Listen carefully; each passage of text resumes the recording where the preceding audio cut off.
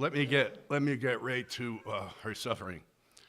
In an interview that Tillett gave to Catholic News Agency, they asked her what the condition of her incarceration is.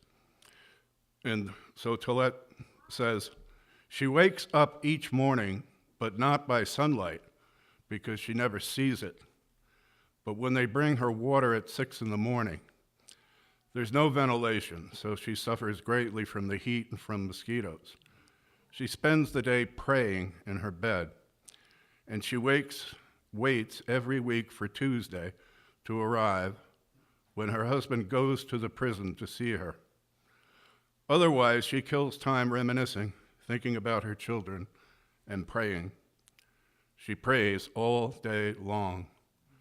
She has never wavered in her faith, and that has enabled her to keep going. Another testimony, oddly enough, this is given by the head of a Christian pop band in England. They're called Uberfuse. And they were asked to write a song about Asia and compose a video.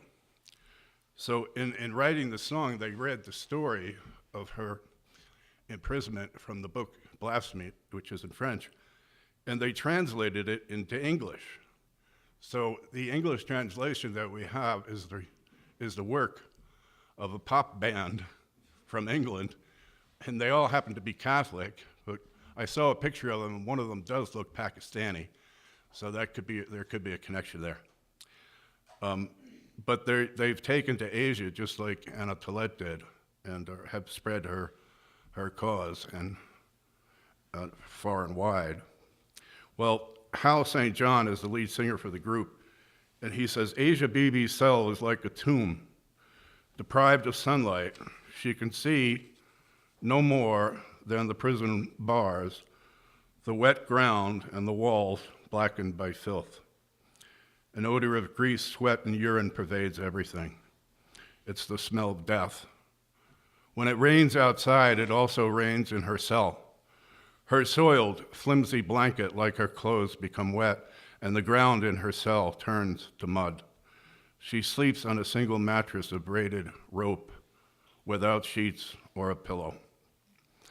Until her trial, she was virtually unknown. She languished for 18 months, as I said before her case even went to trial. And even today, the world's forgotten about her because of this recent case of the young girl, Rimsha Masi. I don't know if any of you followed her story in the news, but she's a mentally disabled 14-year-old Christian girl who was set up by a fanatical Muslim and accused of burning pages of the Quran, and she was a street sweeper. So she was collecting garbage, and this monster put pages of the Quran in the fire that she was burning, and yelled and accused her of burning pages of the Quran.